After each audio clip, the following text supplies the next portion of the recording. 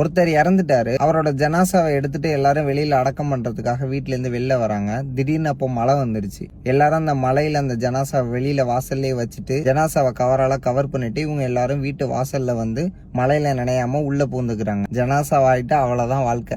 சில நிமிஷத்துக்கு முன்னாடி யாருக்காக எல்லாரும் அழுதாங்களோ அவர் தனியா இருக்கிறாரு. எல்லாரும் அவங்கள காப்பாற்றி கொண்டாங்க மழையில இருந்து. யாரும் அவரை நேசிக்கல அப்படிங்கறதுலாம் கிடையாது. அவ்வளவுதான் இந்த உலகத்தோட வாழ்க்கை. நபி ஸல்லல்லாஹு அலைஹி வஸல்லம் சொல்லியிருக்காங்க, மரணம் அடைந்த ஒருவரை 3 விஷயங்கள் பின்தொடரும். அவரோட குடும்பம், அவரோட செல்வம், அவர் சேர்த்து வச்ச நல்ல செயல்கள். அதுல குடும்பமும் செல்வமும் திரும்பி சென்றும். அவர் செஞ்ச நல்ல செயல்கள் மட்டும்தான் அவர் கூடயே இருக்கும் அப்படின்னு சொல்லி நபி ஸல்லல்லாஹு அலைஹி வஸல்லம் சொல்லியிருக்காங்க. அதனால என்ன சொல்ல வரேன்னா, குடும்பத்தை நேசிங்க, கவனிங்க, அவங்களுக்கான உரிமையை நிறைவேற்றி கொடுங்க.